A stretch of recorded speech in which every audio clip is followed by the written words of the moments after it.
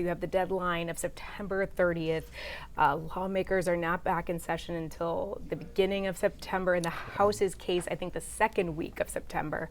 So that just does not give them a lot of time. And you have to, not only is passing it out of one chamber appropriate, but then they need to get together and do the conference committee. And that is where there's going to be a lot of disagreements.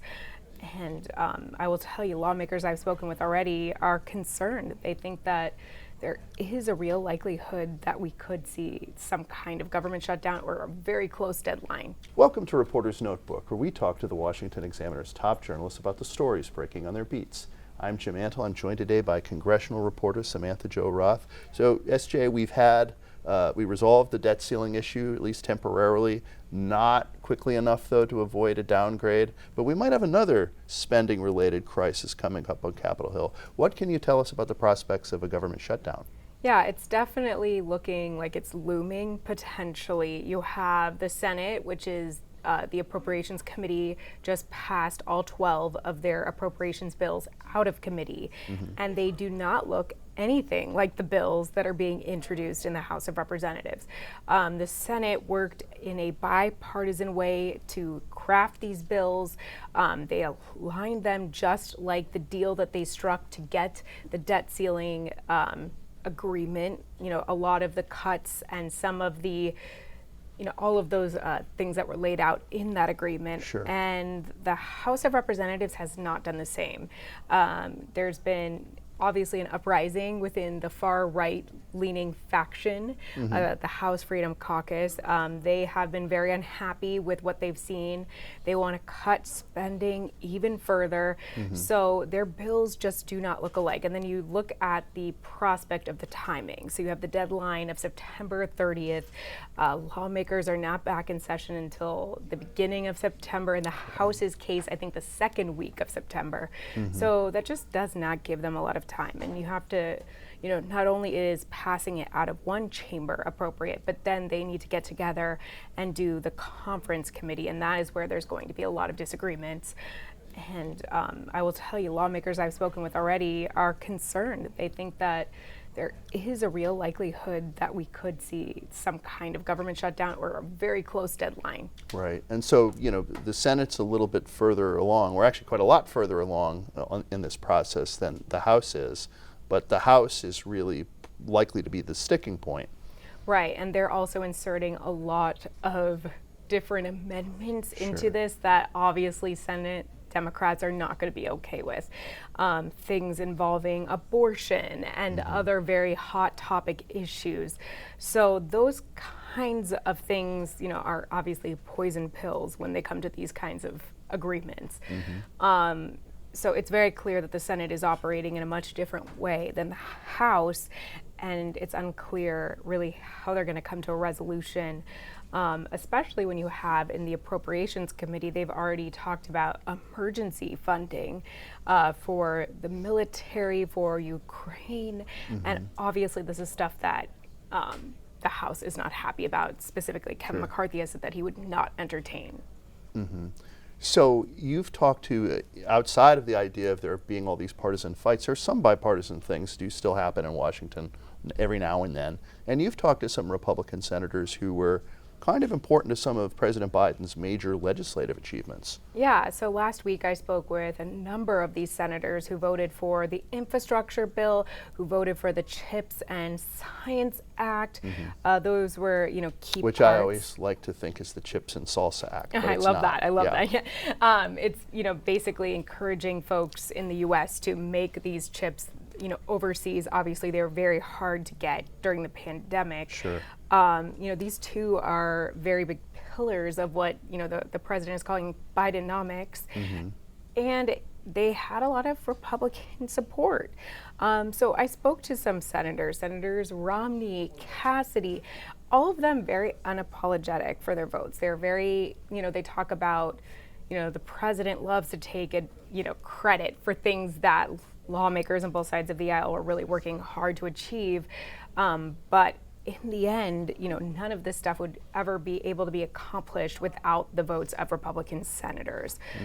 So they've talked about that very clearly. They also, push back at saying, we are not responsible for some of the more controversial parts of the president's agenda, the Inflation Reduction Act, some of the COVID-19 relief spending. Right. A lot of them talking about, they don't want those ideas to be conflated with the Chips and Science Act as well as the infrastructure bills. So it's, a very interesting path. They've got to, thread the needle a little bit when they talk about parts of the president's agenda that they supported, some of them even very critical in getting those across the finish line. Sure.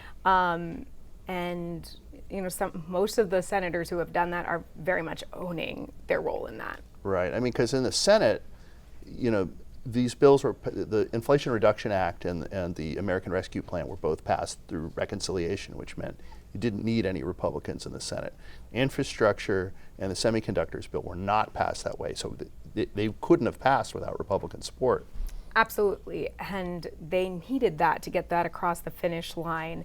You will hear a lot of Republicans who are still very unhappy with, that reconciliation was used as a driver to get some of those other pieces of legislation over the finish line. Sure.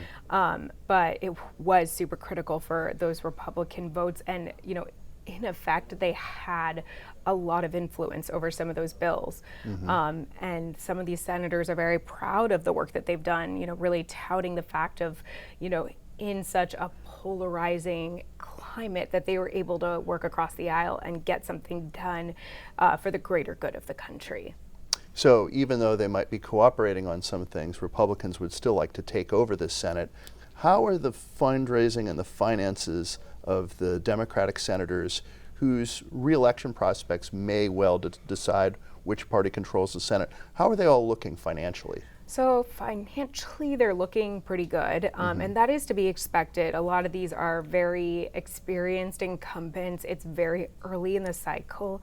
You're also seeing a lot of Republicans who are dealing with primaries or other factors. So, the money isn't as coming in as strongly just yet.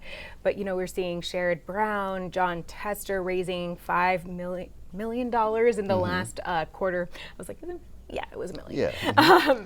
And, these are obviously like really strong numbers. Sure. You're also seeing, even though Senator Joe Manchin, hasn't put his hat in the ring formally, he does have a lot of money on hand. Right. A lot of these other senators too, very interesting, Ruben Gallego out fundraising, Senator Kyrsten Sinema, the independent from Arizona who just left the Democratic Party, Gallego, obviously the representative from Arizona who is a far left Democrat. Right. So that's a really interesting dynamic that we're going to be watching. Sinema is acting like she is going to run again. She has a lot of money on hand.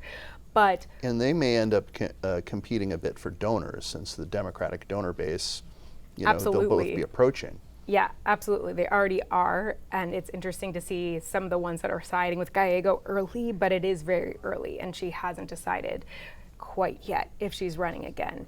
So I think, all in all, Democrats are very much touting the fundraising that they are doing. They're happy with where they are, but it is important to note that the Republican side, there is a lot of primaries that are going on, and, obviously funding sources are going to be split among those. So that's particularly why we're not seeing as strong of fundraising numbers.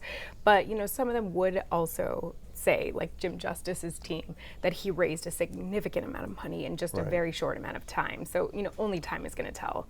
And money does not always indicate winning, but it certainly helps. It's nice to have, though. Yeah, absolutely. It doesn't buy happiness, but yeah, it absolutely buys you resources, and resources equal votes sometimes. So we'll have to watch that very closely. Thanks, SJ.